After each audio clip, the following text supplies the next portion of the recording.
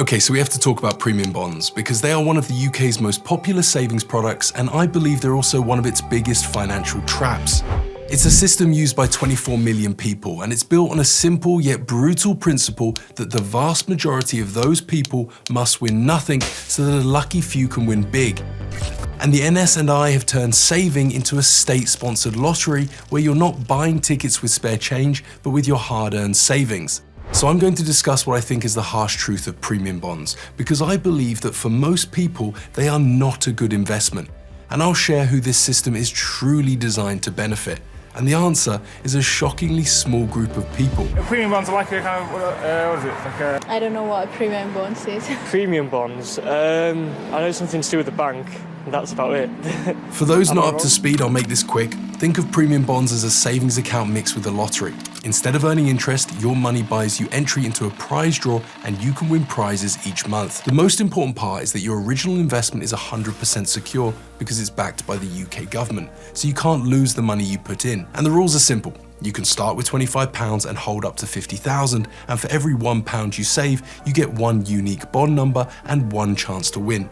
You can also cash them in whenever you like, usually getting your money back within 3 working days. Now, the Treasury is responsible for setting something known as the annual prize fund rate. You'll see this on the ns&i website, and it's crucial to understand that this is not an interest rate. It's simply the mean average payout across all bondholders.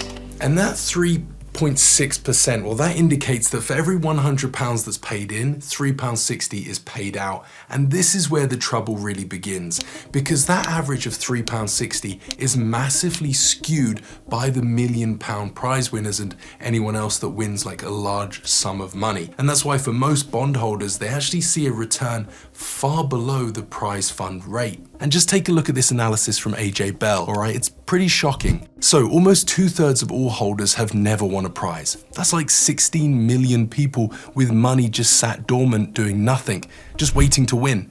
And while the average holding is around £5,400, the average amount held by someone who wins is over 23,000. So you can see that when you dig into the numbers, the whole thing starts to feel less like a savings product and a lot more like a con.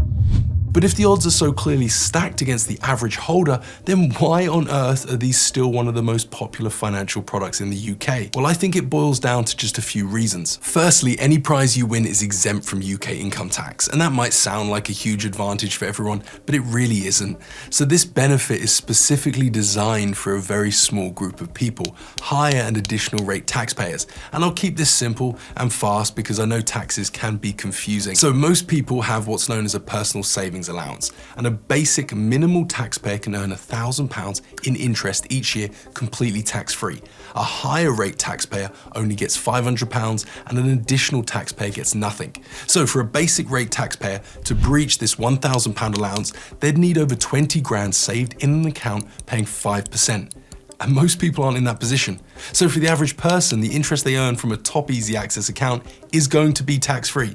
So the premium bond tax-free benefit is basically worthless to them. But for a wealthy individual who pays 40 or 45% tax and has already used their £500 allowance, well, a tax-free prize, even with crap odds, suddenly becomes more attractive than guaranteed interest that HMRC can get their hands on. And that is the harsh truth. Premium bonds are engineered to make sense for the wealthy, while everyone else buys a lottery ticket just so the prize fund can exist in the first place. Now, that doesn't mean that there aren't some benefits. Like I mentioned, premium bonds are secure because they're backed by the Treasury, and they can be a way to redirect cash into something that gives you peace of mind, if that's what you're after. But seriously, peace of mind, that's not the reason people are buying them. It's the thrill of the draw, where you could win £1 million. Can you just imagine what you'd spend that money on? It's no different to daydreaming about winning the lottery. And those thoughts turn the boring act of saving into something quite exciting. But does that excitement, thrill, or dopamine that you produce from imagining what you do with the money really outweigh the drawbacks? Well, let me explain so you can decide. Now, the number one risk of premium bonds is inflation, because your money earns no guaranteed interest, so its real-world spending power is destined to shrink over time as prices rise. The second issue is opportunity cost. The best easy access savings accounts and cash ISAs offer guaranteed rates that are currently much higher than the likely return from premium bonds, so you're giving up guaranteed cash for the chance of a prize. And ultimately, it's a gamble.